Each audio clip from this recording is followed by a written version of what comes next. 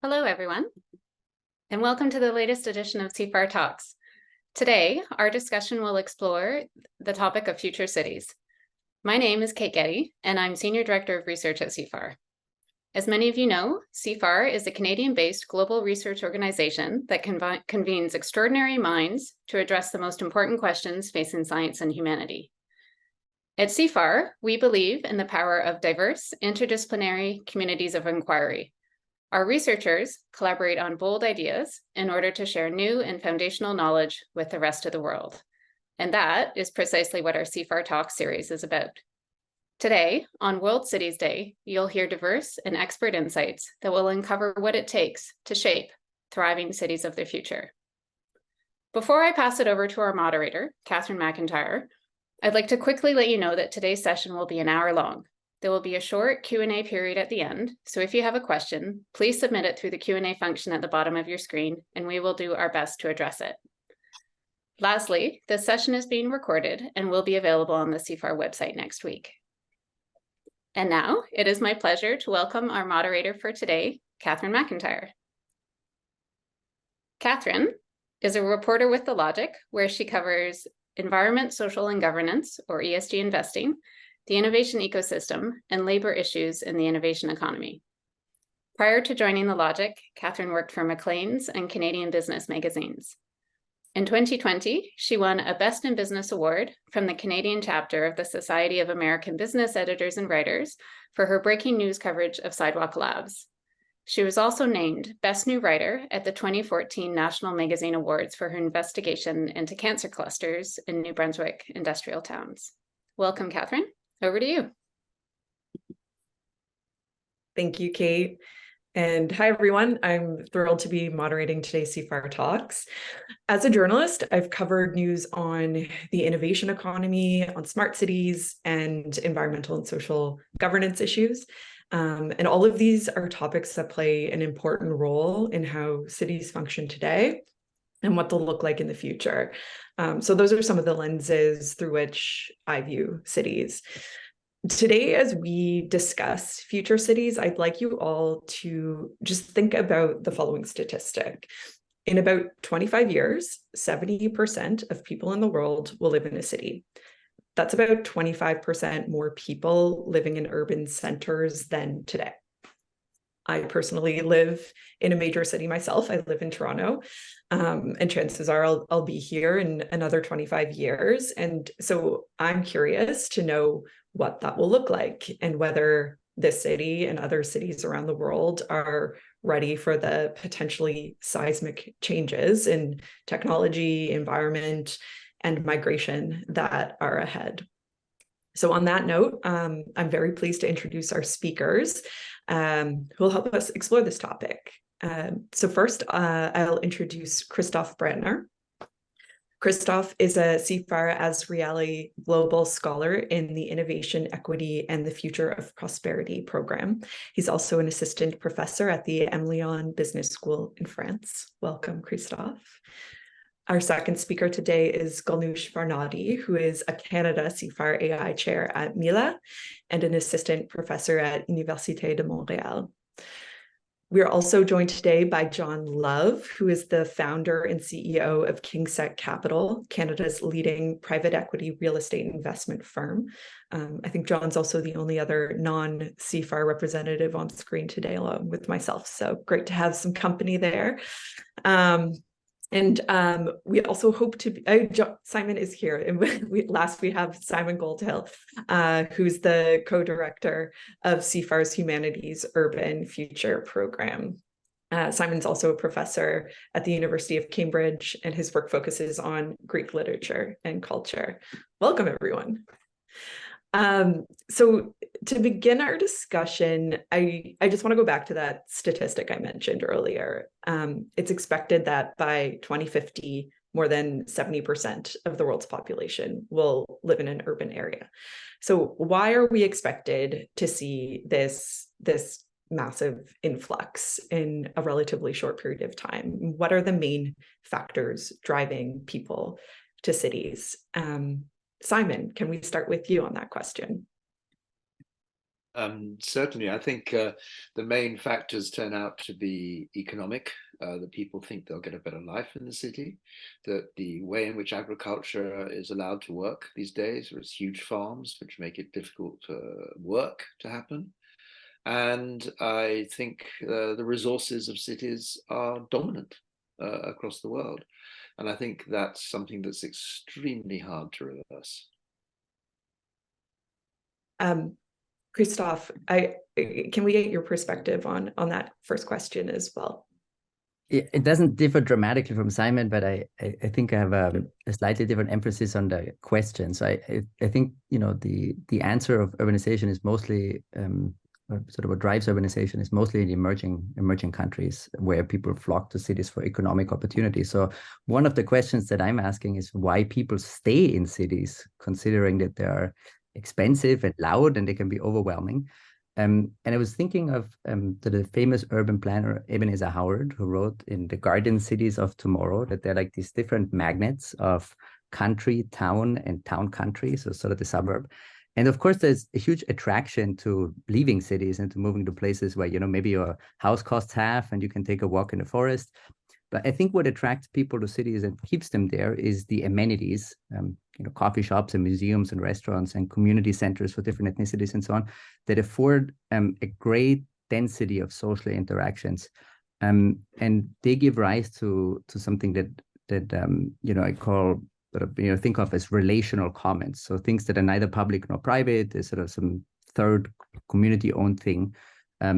Jane Jacobs talked about sort of the sidewalks in front of her on her beloved Hudson Street as an example where, you know, there is safety in numbers. It's not just, sidewalk doesn't just get you from A to B, but it also provides safety to be in a sidewalk with other people. And sort of the same benefits of density are true for innovation clusters that share talent and ideas, and they can lead to technologies and jobs. And so I think that, you know, these relational comments are really specific to cities, and they are huge assets that make people want to stay. Just to follow up on that, Christophe, are there certain cities that you look at around the world that you think are achieving that well, that are doing that effectively? Certainly. I think there are, you know, some that are incredibly, you know, sort of thriving. And I think this is a feature that like most cities share in common, honestly. This is the reason that we, you know, we like visit the city or live in a city. I remember when I lived in Chicago, you know, going to Humboldt Park on a Sunday afternoon, and sort of seeing people dance salsa and play reggaeton and, you know, barbecue and run and swim and so on. It's like in these things, you know, sort of the more people that participate in it, the sort of the better the experience of going to the park gets. So I think generally this is a relatively universal feature. I have some thoughts on sort of cities, sort of what divides cities that are good at thinking about you know, their future versus not. But we can, you know, get back to this later. Sure. Yeah. I'll just throw a version of this question to you, John, as well. What factors do you think are critical to equip a city for the kind of growth that we're expecting to see over the next few decades? Well, firstly, you know, thank you for having me. You know, the answer to your core question is follow the jobs. And, you know, if you go 100 years ago, it took a significant portion of the population to be devoted to agriculture, to feed ourselves. And today it's a minor proportion. So hence we have great cities. I think cities of the future need to focus much more on infrastructure, being physical infrastructure, and most importantly, social infrastructure. And, you know, fast-growing cities, and Toronto is one of them, have a deficit of both. And, you know, social infrastructure doesn't get enough commentary, in my view, as physical infrastructure does, and neither of them get enough attention and resources as they need. When you're talking about social infrastructure, can you just give us a couple examples of what you're referring to there? Well, you know, just to take Toronto as an example, you know, the classic school structure is 4 acres of land and a 2-story public school. But in a high density city, in a growing densification city, there's no more 4 acres of land for a 2-story school. We have to rethink and reinvent how we're schools, daycares, senior cares, and all those other elements of society. Today, we have in Toronto, we've got apartment buildings being built with a sign on the outside saying, there's no guarantee your child can go to the local school. Well, that's just not community building, satisfactory, or any other mention. But it's beyond that. It's daycare, it's senior care, it's places to worship, places to gather, parks. And the whole element of social infrastructure is what makes a great city function. And if you look at the great high density cities of Europe, they do have, turns out, schools, they have places to worship, they have parks spread around. I mean, these things are in place. And so it's where the newer, primarily, North American cities have to catch up in many respects. Right. Yeah, I'm curious if that's a function of just like the speed of growth as well. And that's a unique challenge. Simon, you're shaking your head there. What do you have to say on that? What comes to mind there? You're muted, Simon. It's also a historical issue that cities that are most successful in our general in quality of living, as John would call it, tend to be cities that are more. They have layers of different paths, different ways, and they've allowed those parks to grow. They've allowed those schools to be understood over time and how they fit into society. The modern city tends to have been led, when it's a very modern city, by economic demands that restrict the use of space. And it's done so without due regard to social area. So I don't think it's speed so much as a lack of attention, a lack of care. Yeah, I might just challenge that a little bit, if I might. I think the regulatory framework trails reality. And so we find ourselves in a system unable to adapt and evolve in a high growth environment. Because I can tell you from an economic perspective, we're very keen on, as creators of housing, we're very keen on helping to create schools, having daycares. We'd have many more daycares if we were allowed to do so. But the regulations around what is a daycare have to evolve to a high density environment. And these regulations are all trailing what Toronto is today. Mm. Yeah, I think. Please go ahead. I was going to say that it's also something to do with the speed of planning. That planning tends to be rather a slow process, and cities move at rather a fast process. And so that's where you're right, Catherine, about speed. It's that cities have usually outgrown their plan before they've been built. That's the trouble. Mm-hmm. And in Toronto's case, the good news is it's a very high growth environment. The bad news is it's a high growth environment. And so, all of these things are, the problems we have as a city are not because it's low growth. It's the reverse. It's because it's high growth and a lack of, a prompt response to the changing circumstances. Yeah. I think we'll probably get back to that and dig into it a little bit more. But I want to go to you, Golnoosh. We probably all have a slightly different vision of what our perfect city looks like, but I think most people on this call would probably agree that a successful city is one that works for everyone across socioeconomic demographics and conditions. And Golnoosh, you recently co-authored a report for the UN on the role of AI in the future of cities.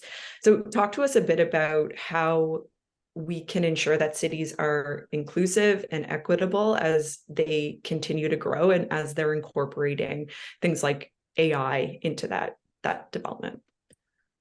First of all, thank you for having me here. I think my expertise is a bit different than the expertise on this call. And I think we cannot really think about the future of the cities without thinking of like the future technology and the impact of technology. And what I'm talking about here is AI, and that's kind of like my expertise. So the report that you are mentioning was kind of like how we can actually imagine, like kind of like you are hearing these words of smart cities, right? And smart cities are kind of like the terminology that people are often using when they are considering like how technology can actually going to change the shape of the cities, right? But AI, the one that we are kind of like currently using, and like you are hearing from the news that the impact of AI is going to be enormous in different application areas, and like AI is going to be actually used for different sectors, and these sectors are going to be impacted on people's lives, right? So when we are talking about the job opportunities, right, we also need to think about like how AI is actually going to change this in terms of a labor market in the cities, because AI is going to actually be replaced some of the jobs that it currently is doing. Like people are actually responsible for those. Of course, it can actually increase the capacity for other jobs. So if you're looking at like COVID, like during the pandemic, like many people actually changed the nature of the job from going kind of like to their office to kind of like working remotely, and actually that changed the way that like people are thinking about like their living environment. People actually started working full-time at home, which was not the case kind of before that, and it was kind of like partially possible because of the technology, right? So it can actually change the nature of the jobs that we are doing. But going back to your question of inclusivity, I think this is an interesting question to ask, like how AI system, like if you are thinking about in 25 years, how AI system can be inclusive, because AI is going to be impacting all of us, and we need to be kind of like making sure that it's beneficial for everyone, right? And when I'm talking about beneficial for everyone, we should also think about like the harm, right? So going back to kind of like the job market, right? And I'm kind of like saying that like AI is going to be impact the job market, the labor is going to be impact some population more than the others, right? And if we are thinking about the inclusive way of like adopting to this new technology, we have to consider, and we have to kind of slow down even and thinking about like the people who are kind of like their job is going to change, like what is going to be accommodation for them, right? Some jobs kind of going to be better because like people are thinking about technology. Often the narrative is just like technology is going to be making things more efficient, right? But it's not efficiency that like is impacting people's life, right? Is efficiency sometimes kind of like translate to people losing their job because like the system is going to be replacing people, right? And beyond this kind of like job market and the impact of AI on the job market, it's just like the current kind of like way that AI systems are developed is very much depends on the infrastructure. So when we are thinking about like how cities are going to change in the future, and AI is going to change that for the cities, unfortunately, there is this difference of like the power and control of like infrastructure around the world. Like who can actually build this kind of big AI systems can actually change the way that people can use it. And often like the solution of AI is going to be kind of like developed in global north and going to be used in global south, right? And this is part of like the issue of inclusivity, because like the data is going to be collected, and part of like the AI system is just this kind of like power of data, right? And data is often collected from global north, and if they're going to be using global south, they're actually going to create so many issues. You can think of like even the simple loan approval, the data is collected from global north is going to be based on the income level that is very, very different than from the global south. So the same system is not going to work there. And this is the mistake that we are actually seeing, like people around the world in different cities they are actually making, because they are just bringing the AI system just because of a technology and impact of technology to their cities without really considering the value system that they have, the culture that they have, the data that they have, the people, the impact of the people. And also they are not considering the infrastructure to maintaining that, right? So we don't have the capacity. And it's not about like big or small cities in this question. It's about like the capacity of like how much we know about AI and how we can actually maintain it. And it is the problem around the world. And I think like the question of inclusivity, it's a very, very important question that we should ask when we are considering AI systems. I can go on and go on, but I know it's a complex topic, and there's in my world especially, AI is front and center in everything we talk about, and I'm sure we could have a whole day conference just talking on this topic. I want to go further, rather than going right into the future here, take a step back for a second and go to our historian on the panel. And just pick your brain a little bit more, Simon, on lessons from the past.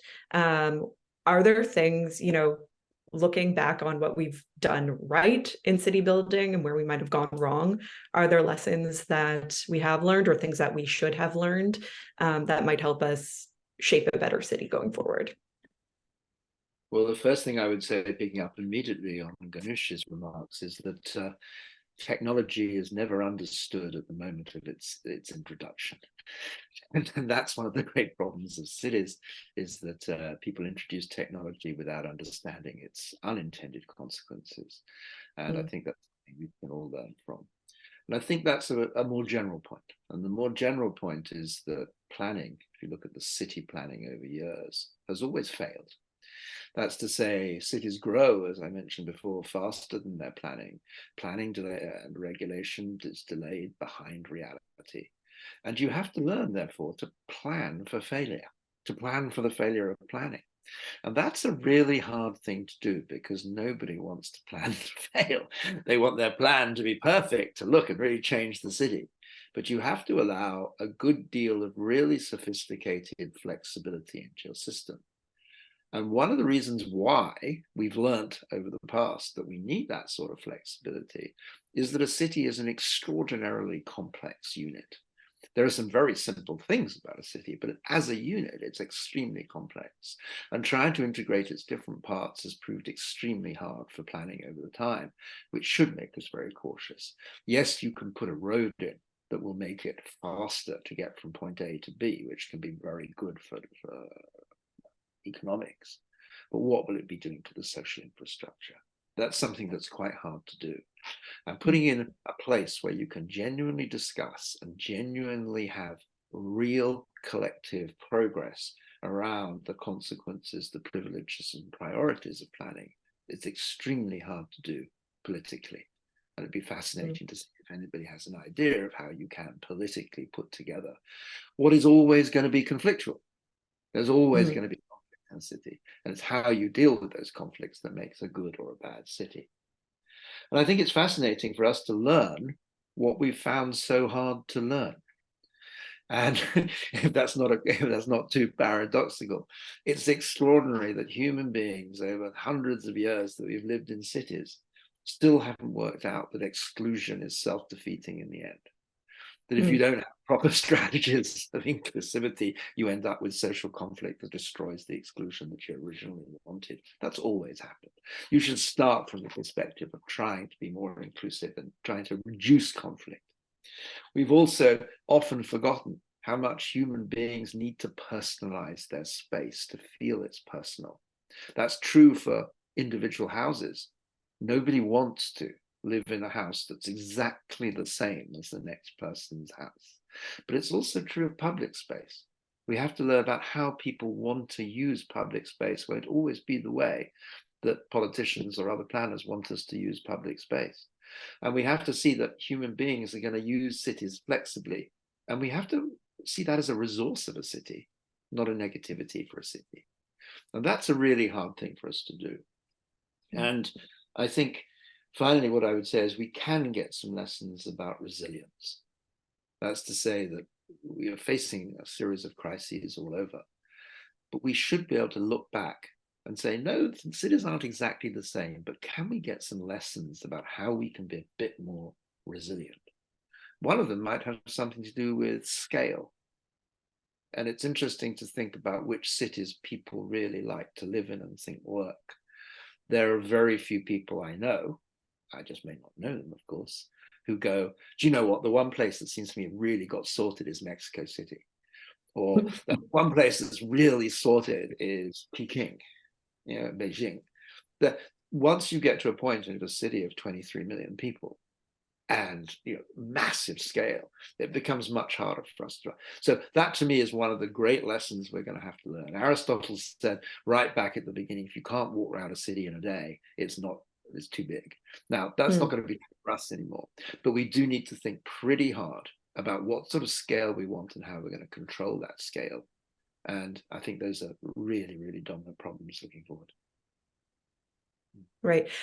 Christophe, I see you nodding there. It looks like in agreement. And I'd love for you to jump in and share your thoughts on that, specifically around, Yeah, I mean, planning I for failing to plan and flexibility. I really like this idea, of course, that many strategy plans or many plans, sort of are bound to fail. But I think that's not inherently an issue, because it's in the nature of planning. Is one plan doesn't work out, you make a new one, and so I think that a lot of cities have looked to this the only idea trouble with of infrastructure is when you put the plan in place and the things get the infrastructure right. It's kind of hard to change.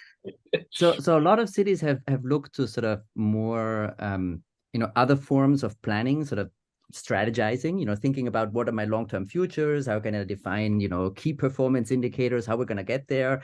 And these tend to be a little more fluid than sort of, our old school technical plans. So I looked at some point at, just to give you one example, city of Copenhagen is now a little more than 10 years ago. They said they want to be the green and blue capital of the world. And, it sounded a little utopian back then. And one of the things they said is we want our citizens to be able to swim in the harbor. And you now can, in fact, go and take a swim in the harbor of Copenhagen, and it's equally clean as the Øresund Strait. So they got there, and now the city is pushing new boundaries, and they're trying to become, alongside a couple of others, a carbon neutral city. So the net zero is a city, and so these ideas, I think, are really sophisticated and powerful. So I was curious, how many cities in the world actually have a plan like this, where they think about the their sustainability in sort of a strategic way. And I looked at the 360 largest cities in the world. That covers a little more than 1 billion people. And sort of a little provocatively, it turns out that about 500 million people in the world have a city government that, plans for resilience and sustainability. And there are 600 million people in the world that have no such city government, right? So it's not just that the plans fail, it's that many places don't have a strategy for the future. And I think that's really you asked earlier about cities that are doing it well and not so well. I think this is really a dividing feature, is that some cities have, trained chief sustainability officers that work on these plans. They're on WhatsApp group together. They try to figure out how to deal with sophisticated problems. And others don't even have a chief sustainability officer, no less one that's on a WhatsApp group.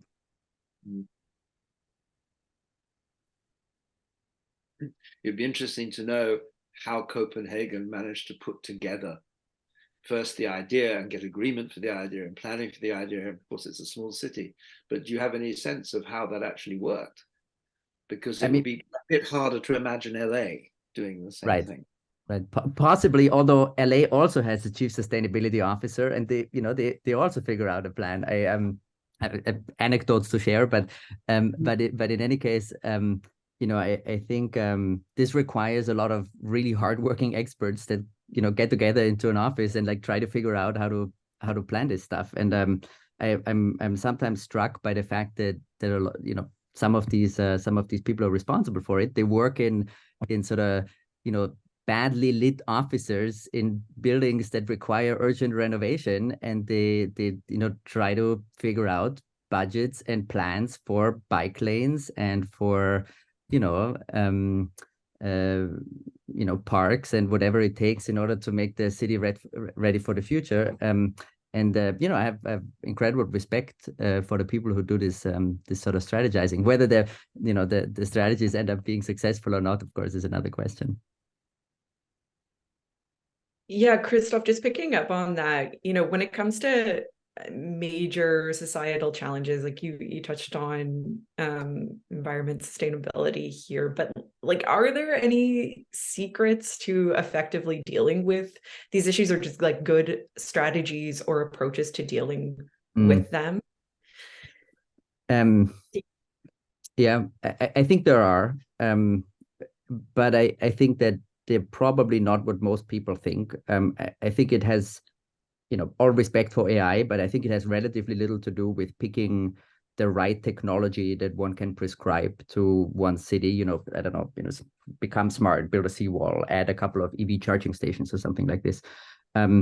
If you take, green buildings, that's a sort of a practice that 20 years ago was much less common than it is now, sort of some sort of urban innovation that's intended to mitigate the causes, adapt to the effects of climate change.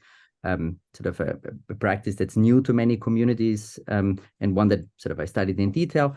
You think that these come from the government or from big corporate actors, but in reality, it's often nonprofit organizations, universities that acted as catalysts of green construction. So in the San Francisco Bay Area, the California Academy of Sciences, in Los Angeles, the National Research Defense Council, in many places, little libraries that sort of wanted to have buildings that are fit for the future.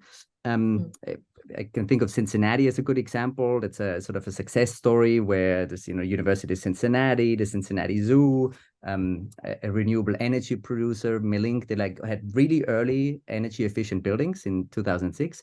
And then the city basically passed that, they call it a tax abatement. So this is like sort of tax incentive in order to build more energy efficient buildings. And Cincinnati now has more green buildings per capita than any other city in the United States. You probably wouldn't have expected Cincinnati of all places. And so I think that sort of the secret sauce is a mix of a proactive local government, people who think strategically about what the challenges down the road will be, but who are also making the most of the civic capacity of the city, so that the presence of pro-social organizations that are trying to solve social and environmental problems actively. So if you for instance, compare Cleveland and Chicago, Cleveland has much lower civic capacity, sort of community organizations, advocacy organizations. They have about half as many green buildings per capita as Chicago does. And so I think if there is one single secret sauce, then it would be, or if one were to act on this secret sauce, it would be to sort of make investments in the kind of social infrastructure that John mentioned earlier. And I'm really on board with what you said before about sort of this idea of supporting organizations that can provide proofs of concepts that something can work that other people hadn't thought of before. And that's maybe less tangible than physical infrastructure, but I think it works, and it can explain sort of divergent paths that cities can go. So, we sort of moved from cities to climate change. And, I'll say to affect the climate change agenda, you got to mobilize capital to affect that outcome. In Canada, we've got the Canadian Infrastructure Bank, which is making capital available for decarbonization projects. And so, for example, our Royal York Hotel, which is a 1,350 room hotel, will be certified zero carbon in 2 weeks. It's been a 5-year, $65 million project. It'll be the only hotel in Canada that's zero carbon. And these, the green building things are typically what our industry does when people go to a conference with each other and they each give themselves a green building award, but no one knows what it really means. But zero carbon is something that we think will resonate with our stakeholders. And, the federal CIB is making that possible. We've got another $100 million of investments in our office portfolio that are also going to zero carbon. And none of which is facilitated by the municipal government, because while they have sustainability initiatives by themselves, what they consider a green building is far behind where we're going. Because we think their definition of a green building is relatively not impactful for our customers or our assets. But to the bigger question of how do you impact leadership, it's about, or how do you impact change on any front? It's about leadership getting stakeholders aligned around a common objective that people can understand. When you go to Copenhagen and you say, we want to be able to swim in the ocean, people can get what that means. And so people can act.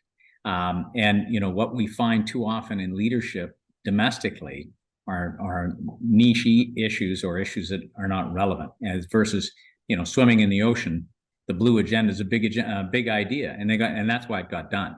So what we need to do is to encourage business and government to rally around bigger ideas that people can understand and relate to, and affect all the stakeholders to do that. I think one of the most interesting things that's just emerged in the exchange between the last two speakers is the potential tension between federal and municipal authority in taking cities forward. I think that's a really complicated issue. I think, John would be quite right that financially federal is is going to be very important. But in terms of the local understanding of what makes a good city will often be a municipal interest. And how you put those together politically can be a really interesting, both very positive when it is done well, but it's often done very badly with people unwilling to share their authority. You know? Yeah.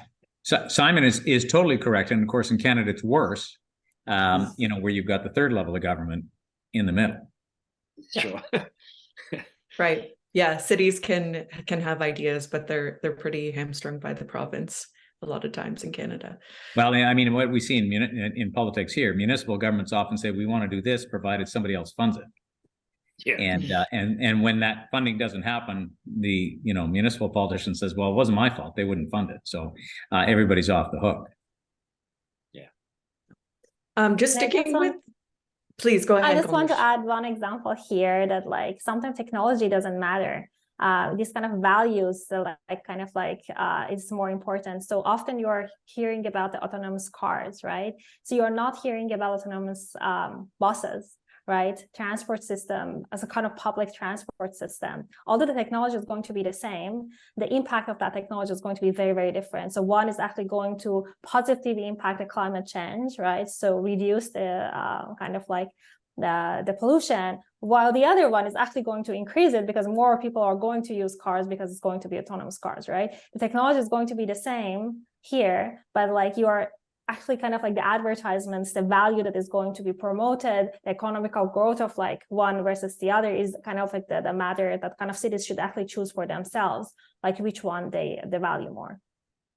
I think if anything we've learned over the last, say, 30 years is that technology creates an enormous amount of wealth.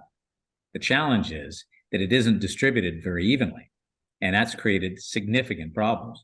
And in Canada, you're finding it really focused on that, the issue about housing costs, which are, the whole housing crisis in Canada is the product of 2 generations of poor public policy, and that have, either been designed by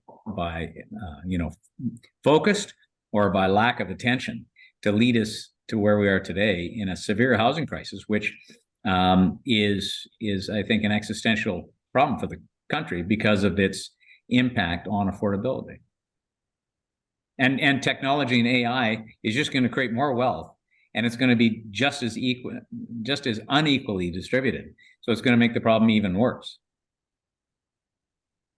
And of course, my view is the solution is not to make the wealthy less wealthy, it's to make the less wealthy more wealthy, right? So how do we make life more affordable and more inclusive for more people? Yeah. I just want to, we've got a question from the audience here on climate change. So before we move off of this topic completely, I just want to throw this to the panelists. They say climate change is showing that the way we approach and expand cities is obsolete.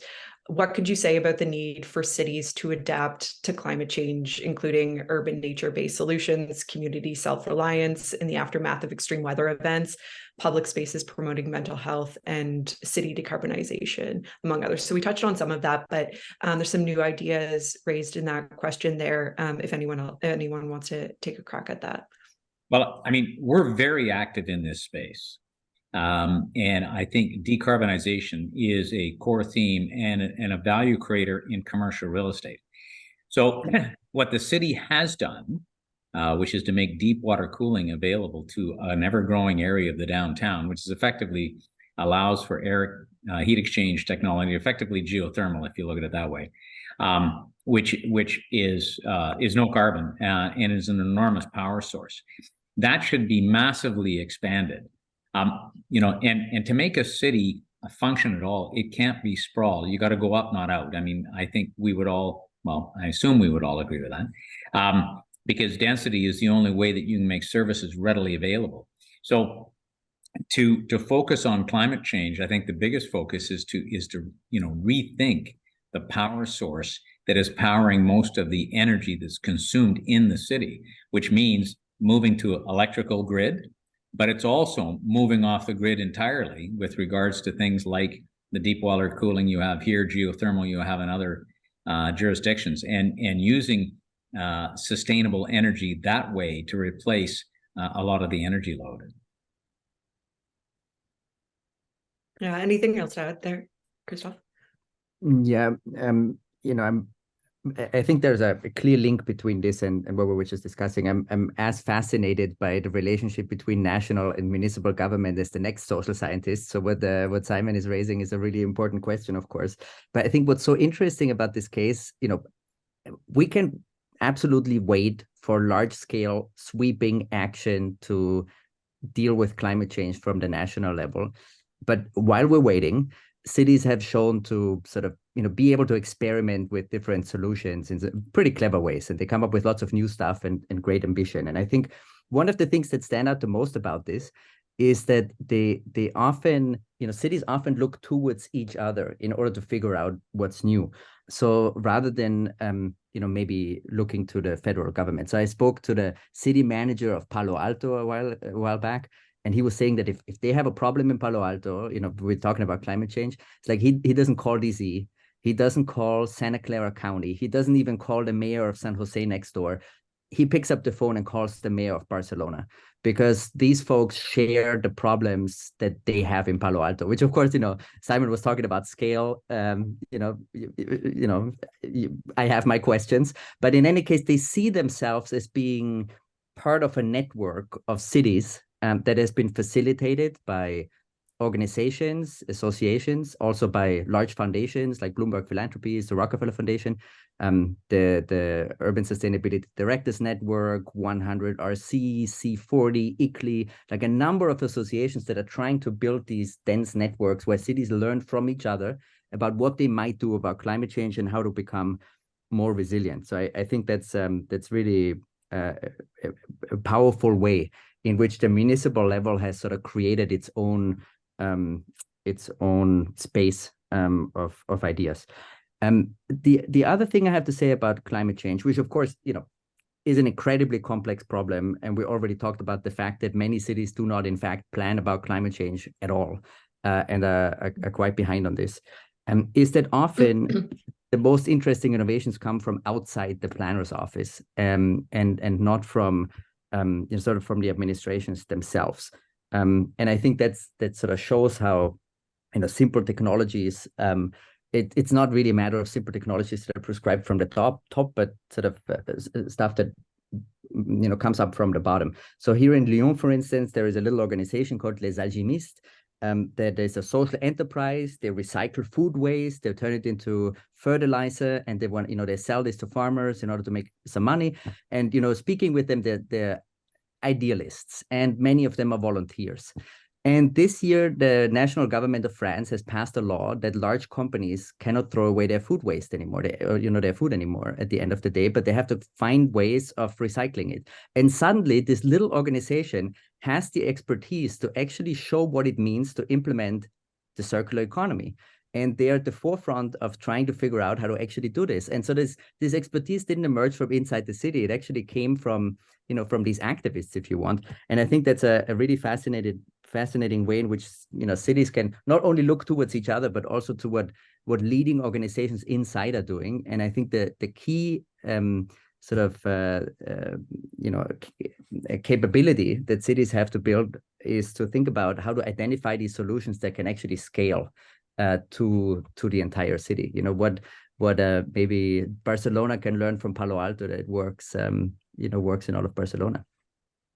It's very important to stress that cities are the primary cause of climate change, as well as the place where we need to solve the problem. And so, in a sense, that's a great example of the way in which the local and the federal have to interrelate. I mean, your example of the French passing a central law that everyone, that's very good, but it only works because you've got that possibility of local communities where they can see the benefit. You know, lack of pollution in your community is a much more persuasive idea, in sort of John's term, a big idea, than it is to say pollution across the world, which is sort of maybe a bigger problem, but actually you can see it in your river and your street. And so I think there's a really important way in which local community has to be part of this and has to be worked through. You can't do it alone, but cities are going to be central to the solution in a way that I think federal government has been slow to recognize in many countries. And I think there are many places in the world which would say that it's the federal government has actually been a block on the ability to make the sort of swift moves that are necessary. Mm. Okay, we've got a couple questions from the audience here that I don't want to neglect. There's one here that's going to take us in a bit of a different direction, but I'm curious what your thoughts are on it. So they say, what are your thoughts on including animal interests in city planning? So there is a growing literature on this issue in ethics, political theory, geography, and urbanism. The idea is to take into account the interests of domestic animals, such as dogs, feral cats, and wild animals, just squirrels and pigeons, and migrating birds.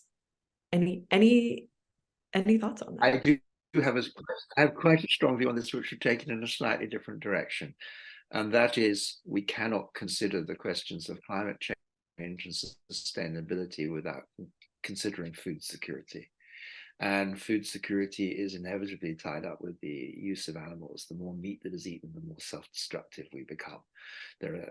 It's just absolutely, and the figures on this are so solid, it is almost inconceivable that people aren't acting more quickly. And so until we can actually move away from some forms of factory farming with animals and the effect on animals, we're not going to get to where we need to be. And it's one of the sort of secrets that for some reason doesn't get the public airplay that it should get. So that for me is the absolute first and starting point. Before we start thinking about mice, we should start thinking about the interrelations of humans and the production of food. That said, it's a very, very tricky area. I would never use the language of rights. I think that's a distraction and a political mistake. What I would say is that in the same way that a city is an integrated infrastructural unit, that part of that infrastructure is the animal life. And a city where you have no animal life is going to have real consequences for what you want to do if you want to green the place. You can't really have a green environment without any animal life. It's just not going to happen. So unless you like plastic greenery, which is not what we have in mind. So I think at that point you just have to say it is inevitable. It will come, and it will come, I think, always second on the agenda to humans still, because that's the nature of self-interest. And I think it has to come third on the agenda after farming and food security. But I think it's a crucial part of where we're going. I don't know where else wants to take over on that. A quick thought. Sure. I don't really have a universal answer to this, but, other than that, some cities are considering biodiversity as an important feature of climate change. But just to underscore the importance of that question, the current mayor of Lyon was voted into office on a platform trying to dismantle the local zoo, which of course now takes quite a while. And he might well be voted out of office for trying to offer vegetarian meals in canteens, which is a sort of for some a questionable decision. So the question of maybe not animal rights, but at least of how we think about animals in the context of food as well as the sort of as an amenity, I think is really a crucial question that moves many. So thanks for the question. We have another question from the audience here, and I think it might kind of relate to the question of scale here. So in any case, they say our cities are becoming cosmopolitan, in which most people do not stay for long periods of time. So it is important to create cities with different levels of benefits, as in infrastructure, technology, and resources. So they suggest one option would be tall cities for cosmopolitan people in one area, median tall cities for basic services, health, education, etc., and flat cities, which would be at most 3 stories for with no cosmopolitan people. And they're saying, thinking in the long term, about 100 years here. Would that be the cities of the future? Any thoughts on that or reactions to that scenario? Well, my view would be the planning regiment that exists today in most cities is actually, I think, too overwhelming for progress versus the other way. I mean, the fact is that at the end of the day, people should have choice on where they want to live, which means that people like us that build and deliver housing have to deliver more and different and diversified housing types, including affordable housing, so people can effectively have those choices. But I don't think there's one size fits all. You know, when I was raising a family, I lived in a house. Today, I live in a apartment building. You know, it's different ages and stages, but you know, people will make different choices, and I don't think we want to be thinking that we're prescribing choices for people. I travel a lot, but I've had the same office for 38 years. So I don't know if that makes me a cosmopolitan or not. But I think it's the one thing that is the heart of that question is how we think about belonging in a city. And it's a really important question about immigration. It's a question about temporary workers. It's a question about old families. It goes in very, very many different ways. But crucially, it's about strategies of belonging and how you can make people feel at home when they arrive and feel at home while they live there. And that's a really, really complicated business. And I think it's, again, a place where we haven't caught up with the world that we are living with. It's adaptation and evolution of social infrastructure. Yeah, that's what we actually need, is more adaptation and evolution of the social structure to recognize what we're going to do. So why is it, is it possible to go to a school for 3 months because you're visiting? And if so, how does that work? Why are we putting bars on this or that form of healthcare for people who come from outside? What are we doing with citizenship? I mean, you can't be, it's very strange, etymologically at least, that you can't be a citizen of a city. You can only be a citizen of a country. And it'd be interesting to know if we could think about what belonging to Toronto rather than to Canada would actually look like. But those are things that would need a great deal of thought and a great deal of work. And I'm not sure who's going to do it. I just want to spend the last few minutes here going around and asking you all about your visions for the future. When you envision, the city of the future, a thriving kind of ideal city, what does that look like to you? Who would like to start with that? John, go ahead. Well, I mean, it would be nice if physical infrastructure would get ahead of its requirement. And that ranges from public transportation to private transportation to everything underneath the street. A much greater focus on how to keep ahead of population growth with advancing infrastructure. Secondly, the whole concept of social infrastructure. We have to move from a 1970s perspective to a 2040 perspective, and think about what social infrastructure looks like then.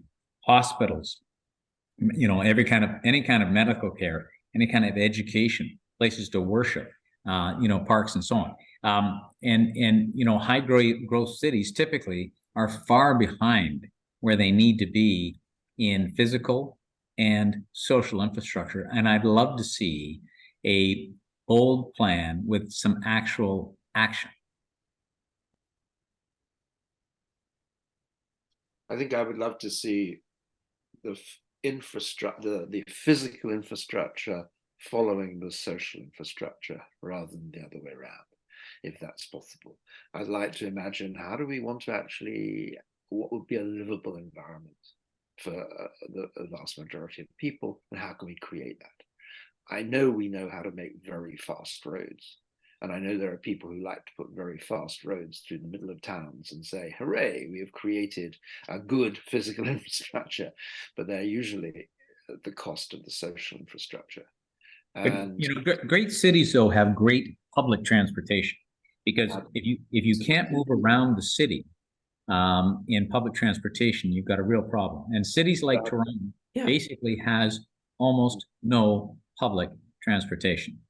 That's right. No, it's crazy. I mean, the city has to move. It's like a shark. It dies if it doesn't move, right? Right. But at the same time, that movement has to be a productive movement. It has to recognize also the need to stop. There's no point having a green space if you can't get into it and stay there, you know. And I suppose for some of us, the idea of an Italian square, a plaza, piazza, when you can get through it on the car, but it's not going to go very fast, but you'll get through it efficiently. But there are also people on the corners and having cafes. Private transportation can never work in a high density city. I would love that. True. That's a given. But you have to. But there needs to be public transportation in a high density city. And you know, I was a few weeks ago in London, and you know, that's a underground system that works and is you know, has got scale and reach. And why would you have a car? You wouldn't have a car. It's much more convenient. In Toronto, we have one subway line. Now I happen to work and live on the subway line, so I take the subway. But I'm one of the privileged few that live and work on a subway line, and that is a travesty. Yeah, transportation is another topic we could talk all day about. But just in the interest of time, let's rapid fire go to you, Golnoosh, with that last question. What's your ideal vision for a city? I think there is no future city. I hope we actually kind of like celebrate this diversity of like we can have variations of definitions of a city in the future, as far as we do have it in the kind of like currently and we had it in the past, kind of like the celebration of this kind of what we have and the kind of like move from what we have to the future is much better than just kind of thinking like what is going to be this kind of like futuristic city that like everyone adopt to it. And I don't think that's kind of like going to be for me the ideal solution. Okay.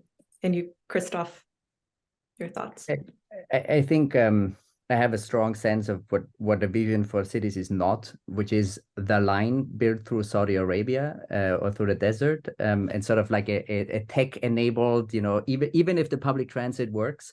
I think that Ricardo Rojas, who asked the question earlier about different types of cities, got it exactly right, and I agree that a diversity of cities is crucial.